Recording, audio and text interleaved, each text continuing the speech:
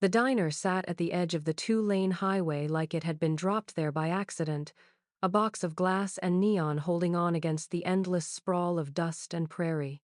Its sign, chipped and flickering, promised coffee, pie, open all night, though the town around it seemed half asleep even at midday. A radio hummed low from behind the counter, static breaking through the country tune, while a ceiling fan stirred the warm air in lazy circles. The place smelled of fried bacon, old grease, and too much sugar poured into coffee.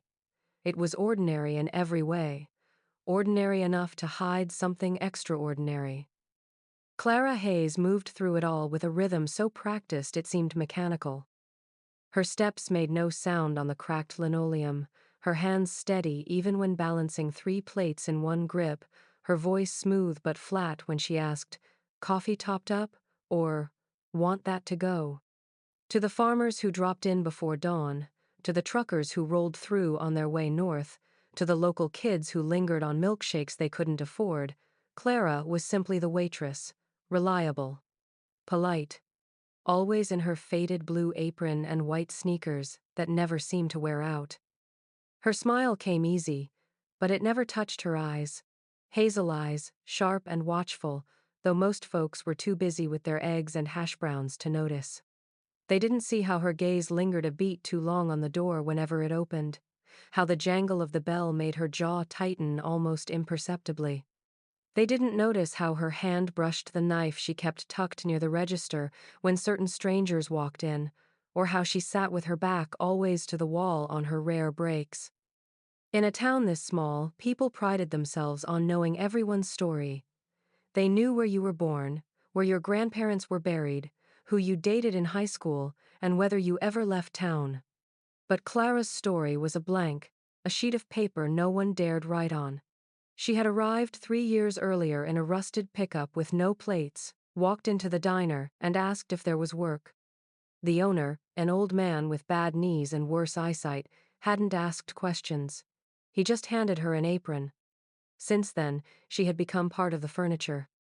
As ordinary as the chipped mugs or the squeaky stool by the counter. But ordinary was an illusion she worked hard to keep. At night, when the diner emptied and the lights dimmed, she sat alone in the corner booth, her hands wrapped around a cold cup of coffee she never drank.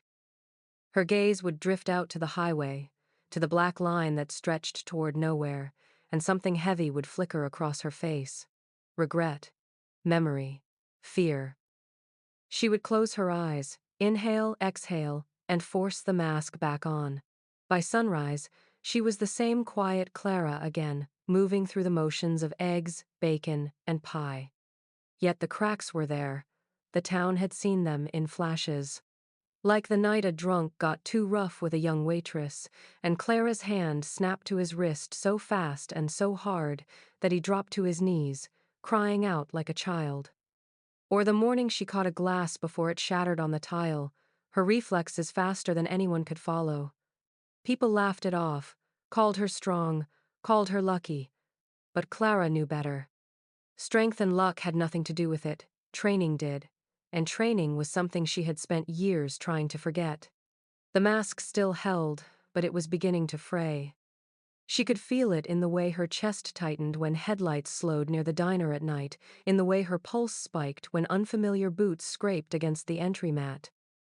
She told herself no one was looking for her anymore, that the past was buried where it belonged. But deep inside, she knew the truth.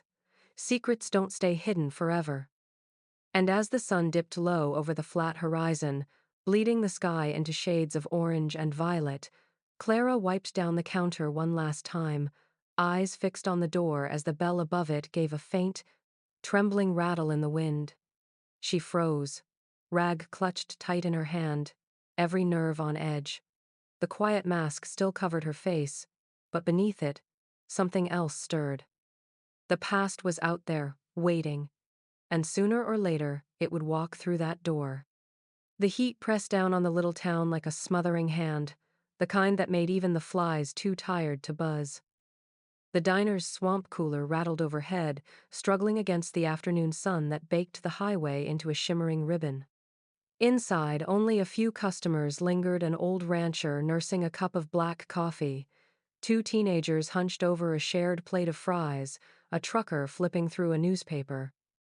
The lull was steady, familiar, the kind of silence Clara Hayes had come to rely on. But then the bell above the door gave a sharp jingle, and the world shifted. Three men entered, not locals, not travelers, not really. Their boots struck the tile in rhythm, a sound too precise to belong in this sleepy place. They wore plain shirts and jeans, but the way they carried themselves told a different story: shoulders squared, eyes alert, scanning every corner of the room in less than a heartbeat. They looked like men trained to walk into chaos and tame it. Clara didn't need the insignias to know. She knew by the set of their jaws, the weight in their silence. Navy SEALs. They slid into a booth near the back, the leather groaning under their weight. One of them, tall with sunburned skin and a scar cutting across his cheek, ordered first. Coffee, black. The second, darker-haired, gave a nod. Pie. Whatever you got, fresh. The third only said, same. Their voices were quiet but carried the kind of command that never left a soldier's throat. Clara's pen hovered over her pad, but her pulse thudded in her ears, too loud, too fast.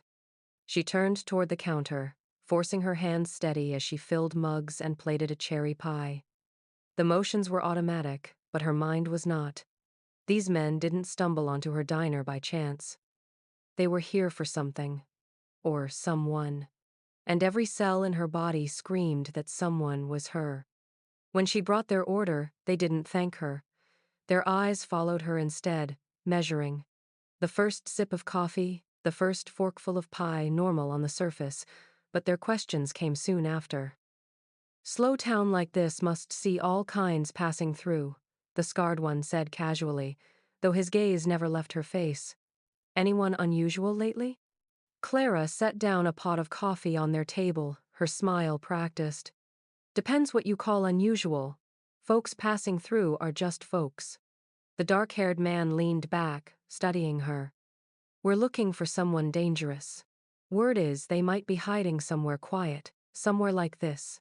His tone was easy, but there was a blade under it. Clara's stomach knotted. She'd spent years perfecting the art of looking unremarkable, of fading into the background. But these men were trained to see what others missed. She forced herself to chuckle lightly, as if their words meant nothing. Dangerous doesn't get far around here. Sheriff knows everyone. The third man finally spoke, his voice low, almost kind, but sharper for it. Sometimes it's not about how far you get. Sometimes it's about how well you hide. Her throat went dry. She felt the rag in her hand damp with sweat, her knuckles tight around it. They weren't asking about some faceless fugitive. They were circling her, tightening their net with every casual word. The air in the diner felt heavier, the hum of the cooler drowned out by the roar of her pulse. She met their eyes, one by one. She had known men like this before, sat across from them in debriefings, evaded them in missions where failure meant death. Once, long ago, she had been on the same board, moving pieces in the same shadowed game. Or perhaps she had been their opponent. The line blurred now, but the truth remained. They were dangerous, and they were close. Clara's mask held barely. She smiled, filled their mugs again, and walked back toward the counter. But inside, her body was coiled tight, every nerve screaming.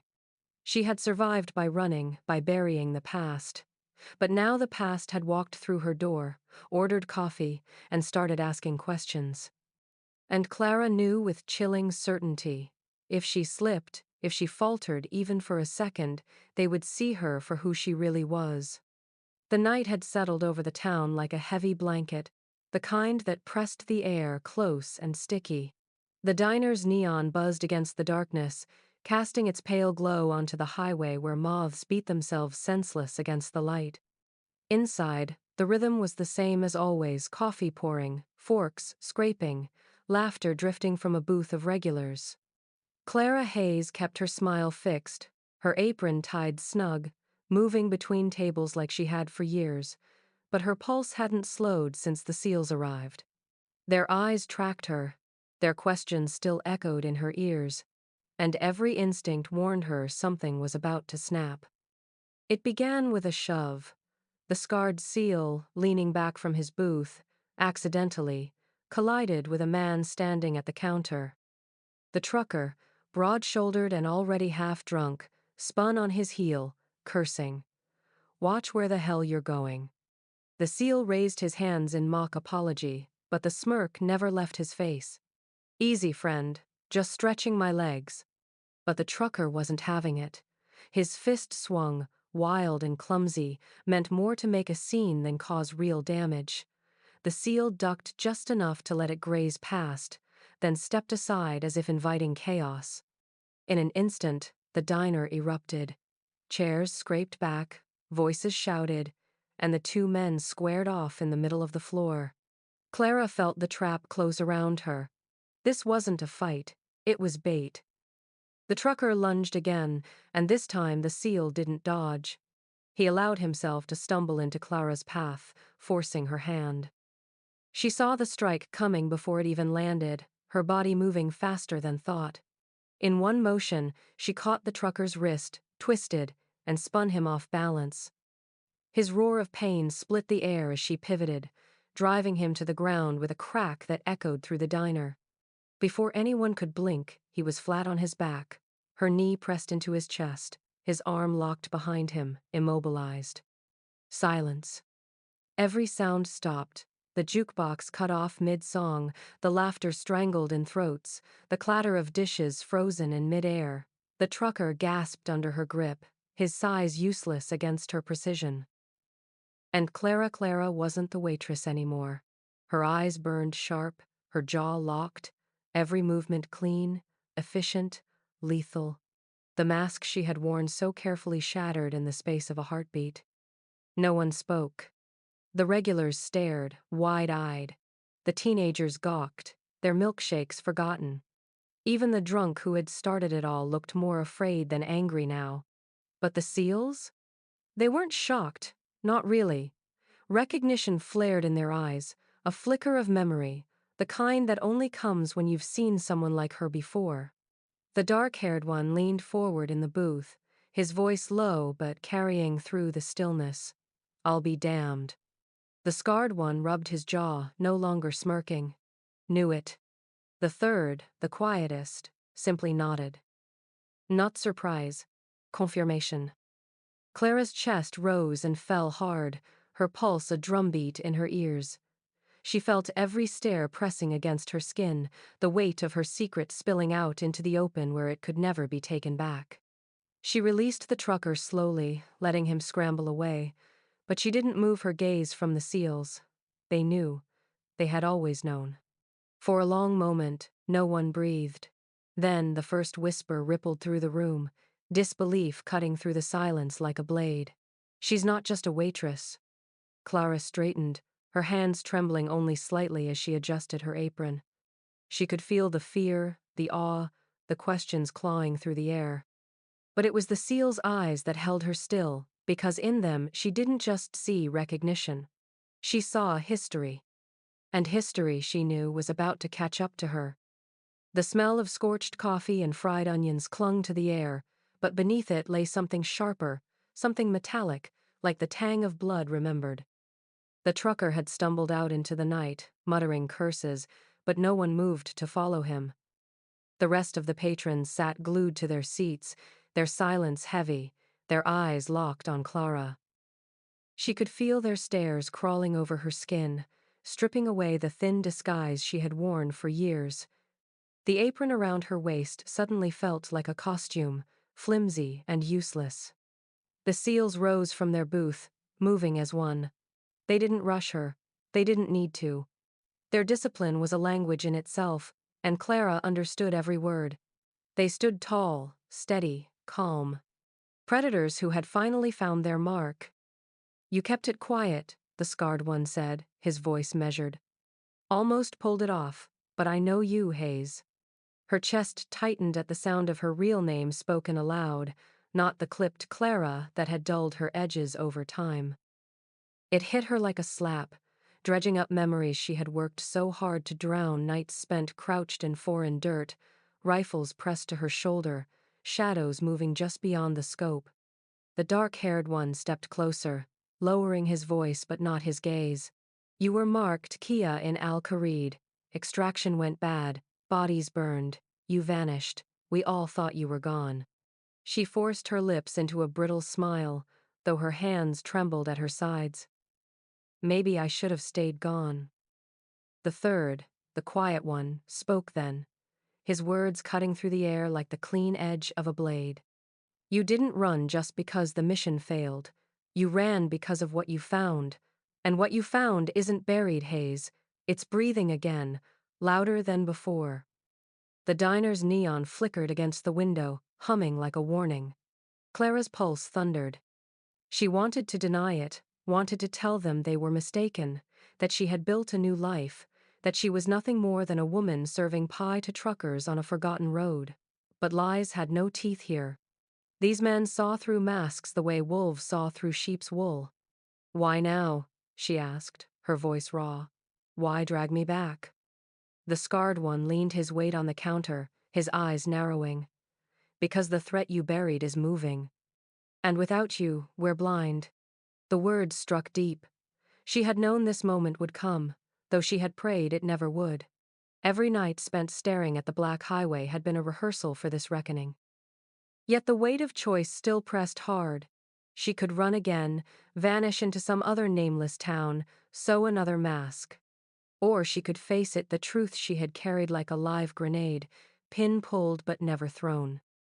The silence stretched, broken only by the hum of the fan and the low clink of a spoon against porcelain as one of the teenagers shifted nervously in his booth.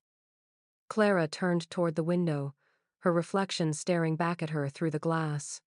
The apron hung at her waist, flowers smudged across her sleeve, a waitress's uniform plain as day. But behind it, she saw the woman she had been, the operative, the fighter, the survivor, the one who had not died in Al-Kharid. Her throat ached, but her voice was steady when it came. If I come back, there's no going back to this. No pie, no coffee, no hiding. The quiet one met her eyes, unflinching. There's no hiding anyway, not anymore. Clara let the rag fall from her hand. It landed on the counter with a soft thud, but it sounded like a gavel, like judgment passed. She pressed her palm to the glass, felt the coolness of it, the endless black highway stretching beyond. A reckoning had come, not asked for but inevitable.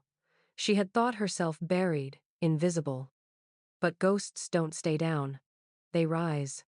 And as the seals waited, as the last echoes of silence wrapped tight around the room, Clara's reflection shifted. Not a waitress, not a runaway, something harder, something truer. She breathed in once, deep and final, and the decision was made.